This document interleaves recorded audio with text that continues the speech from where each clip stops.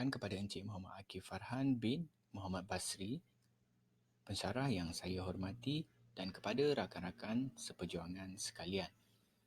Saya, Christopher Sibat, bernama Matrix A171308, mewakili kumpulan 2, akan membincangkan tentang teknik penyelidikan eksperimen, topik kelebihan eksperimen. Secara ringkasnya, eksperimen merupakan salah satu kaedah penyelidikan dalam psikologi. Eksperimen adalah suatu proses pengkajian untuk memastikan sama ada sesuatu peristiwa yang diramalkan akan wujud dalam sesuatu keadaan yang dibentuk. Katakan kita nak buat kajian tentang prejudice. Adakah kaum akan mempengaruhi diskriminasi dalam sesuatu kelompok? Jadi, ramalan kita adalah bahawa prejudice itu wujud. Oleh itu, eksperimen adalah cubaan untuk menunjukkan hubungan antara pemboleh ubah atau beberapa set pemboleh ubah dan pemboleh ubah yang lain, atau beberapa set pemboleh ubah yang lain. Dalam contoh kita tadi adalah pemboleh ubah yang satu adalah kaum, pemboleh ubah yang kedua adalah diskriminasi. Adakah berlaku ada hubungan antara dua-dua ini? Okey, kelebihan eksperimen kita yang pertama adalah kawalan pemboleh ubah luaran. Eksperimen membolehkan kawalan yang lebih baik terhadap variasi luaran atau pemboleh ubah luaran berbanding teknik penyelidikan yang lain. Sebagai contoh macam pemerhatian ataupun korelasi dan sebagainya. Pemboleh ubah luaran merupakan pemboleh ubah yang tidak dikaji tetapi mungkin hadir atau wujud dalam penyelidikan. Sebagai katakan tadi kita nak buat kajian tentang prejudice,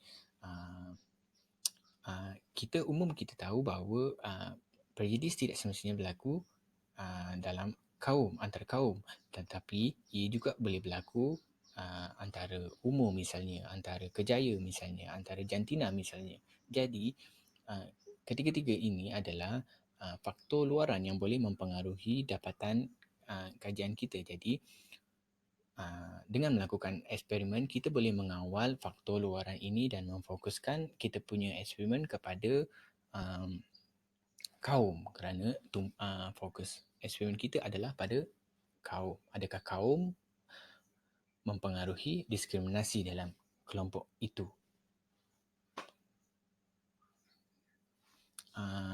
Kelebihan yang kedua adalah penjimatan kos. Saintis boleh mengawal situasi dengan mencipta keadaan yang ingin dikaji, seterusnya mendapat data dengan lebih cepat dan efisien.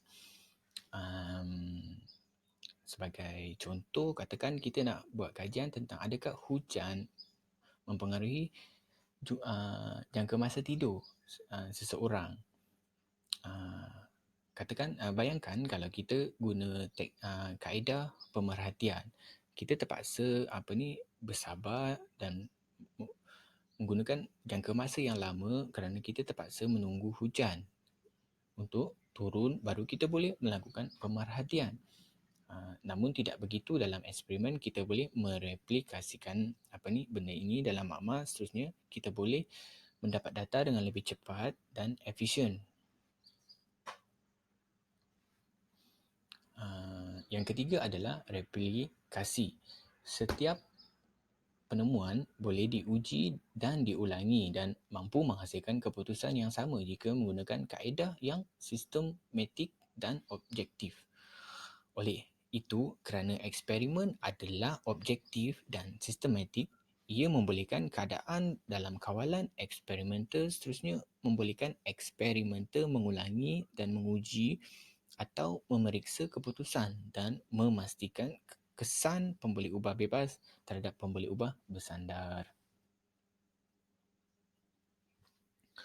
Okey, seterusnya adalah validiti ataupun kesahan.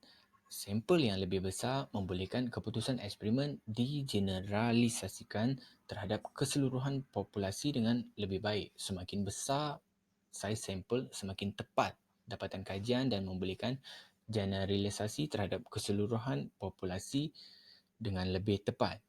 Apabila kita menentukan penyelidikan Dalam psikologi, kesahihan adalah salah satu faktor yang paling penting untuk kita pertimbangkan. Sebagai kesimpulan, eksperimen mempunyai kelebihan dalam mencari sebab dan akibat sesuatu hubungan. Namun demikian, harus kita ingat tidak semua perkara boleh dibuat uji kaji. Eksperimen kerana bercanggah, kadang-kadang ia boleh ada beberapa perkara yang bercanggah dengan isu etika. Kumpulan 2 terdiri daripada Ahmad bin Saleh, Christopher Sibat, Muhammad Syukri bin Mat Aris, Tun Muhammad Suaidi bin Azmi, Syed Muhammad Muizzuddin bin Syed Muhammad Mubasir. Semoga apa yang kami kongsikan ini dapat kita manfaatkan bersama-sama. Saya akhiri dengan sekian, terima kasih.